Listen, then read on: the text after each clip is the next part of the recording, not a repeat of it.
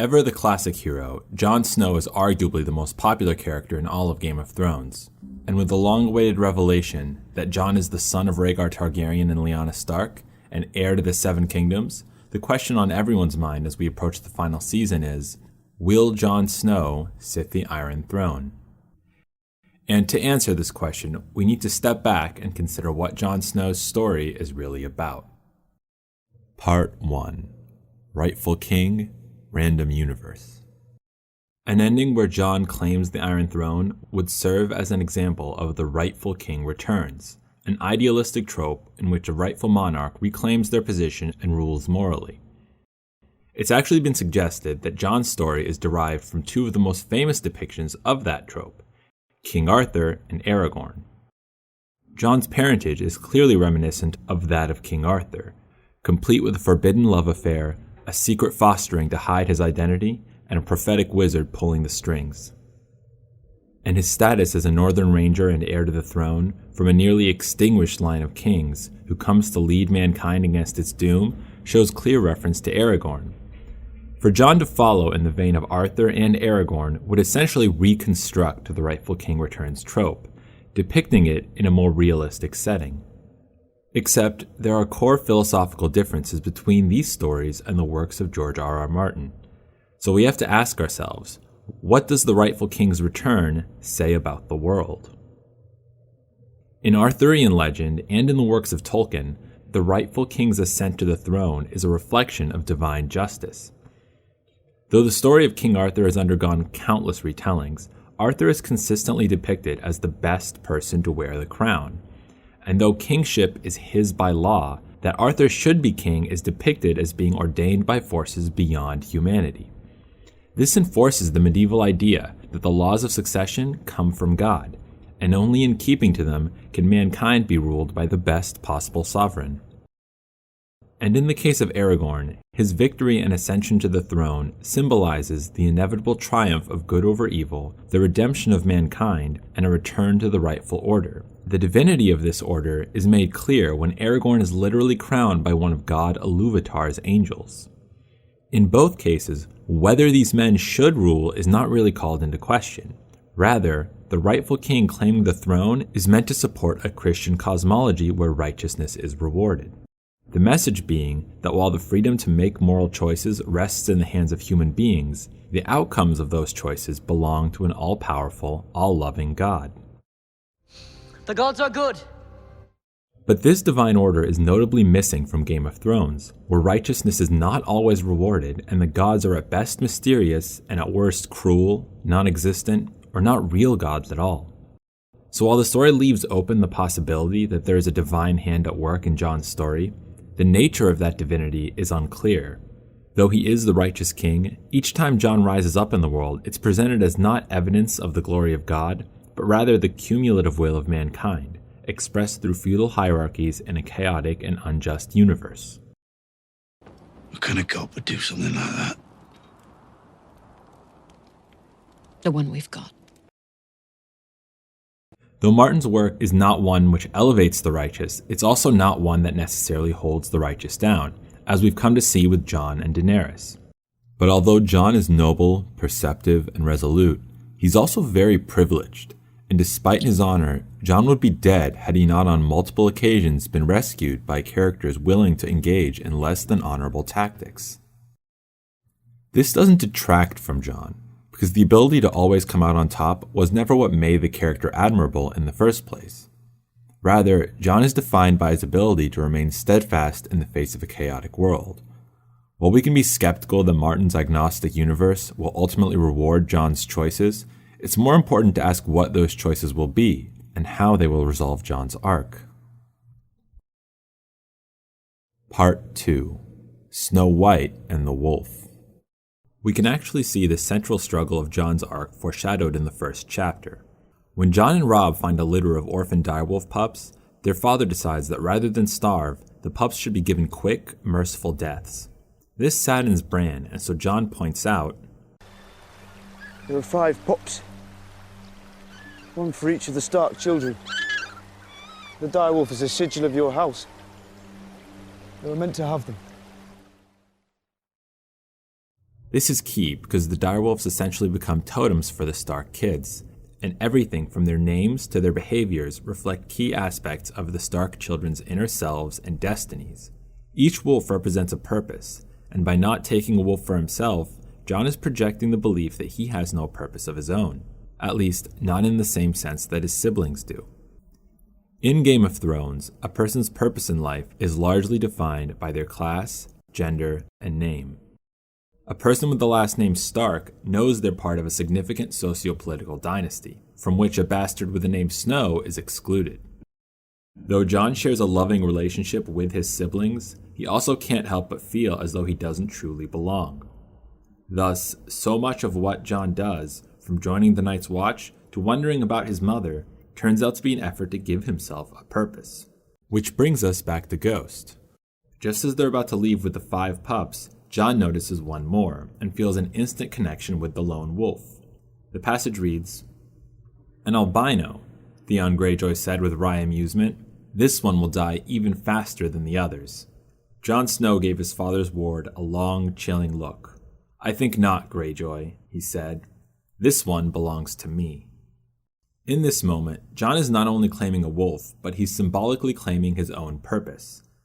In essence, this is what Jon's story is all about, being told by society that his purpose is one thing, and then looking to the bonds he forms with others and finding a path that's truer to himself. We see the struggle between externally assigned and internally chosen purpose repeat itself at every stage of Jon's arc, as our hero finds himself at odds with the world around him. Part 3.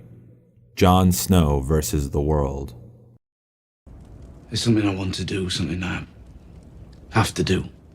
But it'll divide the Night's Watch. Do it. But you don't know what it is. That doesn't matter. You do. When Jon is tempted to desert the Night's Watch, he's brought back to the Wall by the recruits he befriends there, and it's their honor which keeps him true to his own. But as Jon rises up in the Watch, he finds the moral alignment of the institution to be incompatible with his values. So when Jon is commanded to kill Ygritte, he can't bring himself to do so, and this results in Jon becoming a spy among the Free Folk.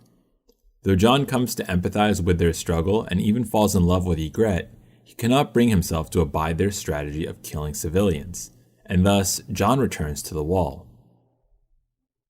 There, Stannis offers to legitimize Jon so he can rule Winterfell on his behalf. This offer to take up his father's seat is essentially everything Jon ever dreamed of, and Jon nearly accepts it. But it's then that he's reunited with Ghost. He had a werewood's eyes, red mouth, white fur, blood and bone, like a heart tree. He belongs to the old gods, this one, and he alone, of all the direwolves, was white.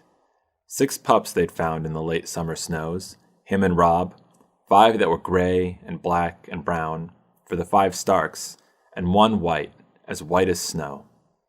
He had his answer then. In this passage, Jon's bond with Ghost reminds him to be true to himself, so he refuses Stannis and is instead elected Lord Commander of the Night's Watch. On the surface, one might see Jon's as being a classic reluctant ruler story, where the humble do-gooder who doesn't seek power turns out to be the best person to wield it. Yet while these stories often treat the hero rising up as a reward for their virtue, Game of Thrones pulls back the curtain and shows that each institution has its own internal politics, and explores how those politics conflict with the hero's moral compass. For example, though Jon is popular among his sworn brothers, he's mainly a compromise candidate, whose election to Lord Commander is facilitated by Sam Tarly. This division makes it difficult for Jon to steer the ship in the radical new directions that he wants, which inevitably leads to a falling out between Jon and the Watch. It's not that being Lord Commander doesn't matter to Jon, but when Jon finds his internal sense of right and wrong at odds with the Watch as an institution, he's guided by his desire to fight for the innocent and to protect his family. The same can be said for the title of King in the North. While in the books we can expect this ascent to be made through Robb's will, in the show Jon is crowned through an election, and though some who support him do so out of genuine respect and loyalty, for many it's political, and those men's loyalty is revealed to be flimsy and untrue. Beyond the Wall, Jon Snow and Beric Dondarrion speak of their shared status as men resurrected by the Lord of Light. Yet while Jon tries to put it out of his mind and serve the North, Beric embraces the reality that he doesn't know what purpose is intended for him, and constructs his own idea of divine meaning based on his desire to protect others. This strikes a chord with Jon, and in this moment Jon begins to realize that he serves not only the kingdom of the North, but all people, everywhere. Jon realizes that even after leaving the Watch, he's still I am the shield that guards the realms of men. This sets the stage for Jon bending the knee to Daenerys. When Dany demonstrates herself as to be a noble leader, Jon realizes that the externally granted title of King in the North conflicts with his internally chosen purpose to protect the realm. Thus, Jon sets northern independence aside, trades in the title of King for that of Warden, and chooses Daenerys as his queen. Every step of the way, Jon defines his purpose not based on external titles, laws, or institutions, but according to his internal sense of right and wrong and the connections he makes with others. And we can expect the same from Jon's ending. Part 4. The Existential Hero. You know nothing, Jon Snow. I do know some things. In a sentence, Jon's story can be summed up as being about how society cannot tell us who we are or what is right, and only through the bonds we choose can we find our true purpose. In this, Jon's arc is that of the existential hero, the hero who chooses their own meaning in the face of an absurd, chaotic, and often meaningless world. And such an arc can't be resolved by Jon simply accepting an externally granted purpose and becoming king because that's what the law says he should be. As it was with previous titles, the reveal of Jon's parentage will be a challenge for him to overcome rather than an answer, and he will have to determine for himself what it means to be both Jon Snow and Aegon Targaryen. Surely, Jon will find balance between ice and fire, but the question is how? What is it that truly makes someone a Snow, a Stark, or a Targaryen? Is it about legacy? Is it blood? Or is it something more mystical? We get an insight into this sort of dilemma from Theon Greyjoy, who serves as a more tortured, less resolute mirror to Jon Snow, and who is also torn between identities. When we're introduced to Theon, he's obsessed with family legacy and status, and values himself by the skills which he believes make him a Greyjoy. Archery, navigation, and lovemaking. In the Iron Islands, you're not a man until you've killed your first enemy. My blood is salt and iron. My father is Balon Greyjoy, Lord of the Iron Islands. What's that got to do with you? When Theon is made to choose between his two houses, he chooses wrong because he bases his decision on that which is external, on his place in the Greyjoy dynasty, rather than the personal connection he has to the Starks. For this, Theon endures both external and internal suffering, losing the capacity to perform the skills through which he constructed his identity, and thus becomes Reek. Ashamed of his past choices, Theon repents for the betrayal of Robb by doing right by Sansa. And later, on account of the kindness she showed to him, he humbly backs his sister Yara's claim to the Iron Islands. In essence, Theon's suffering strips away his vanity and leads him to place value on that which truly matters, which is the bonds between people. So when Jon says that Theon is a Greyjoy and a Stark, he isn't stating that Theon has some kind of Stark traits any more than he has Greyjoy traits. Rather, Jon's acknowledging Theon as a brother. In this, Theon's story looks past Westeros' dynastic propaganda and shows us that being a Stark, Greyjoy, or Targaryen shouldn't be about laws, traits, or legacies, but about the bond of family. Theon is a Stark because he's a brother to Sansa and Jon, and he's a Greyjoy because he's a brother to Yara. Thus, Theon realizes who he is and what matters to him, and in that he finally knows his purpose. We're going to find her. We're going to set her free. We can expect a similar realization from Jon. Though the imminent reveal of his parentage is sure to disorient him, we can bet that Jon is also headed for the revelation that he and Daenerys are going to be parents, and it's likely the promise of fatherhood which will reorient Jon with respect to who he is. Like Theon, deep down, Jon has always wanted to be a Stark. I'm not a Stark. I'm not a Stark. I'm not a Stark. You are to me. Jon is a Stark insofar as the bond between him and his family endures, and Jon will be a Targaryen so long as he loves Daenerys and so long as he's a father to their inevitable child together. And as long as he holds on to Ghost and defines his own destiny, Jon will be a Snow, and maybe that's as good a name as any. Aye. Maybe that's enough. As for whether this realization will lead to the Iron Throne, maybe, but probably not. The Rightful King Returns and the breaking of the wheel feels idealistic for Martin's world, and restoring House Targaryen has never been important to Jon. Jon's purpose has always been to protect the realm from the existential threat beyond the wall, but not from itself. So, once that threat is laid to rest, it might be time for Jon to lay down his sword as well, and the closest thing to a happily ever after for Jon might be the chance to go in peace and do what matters to him.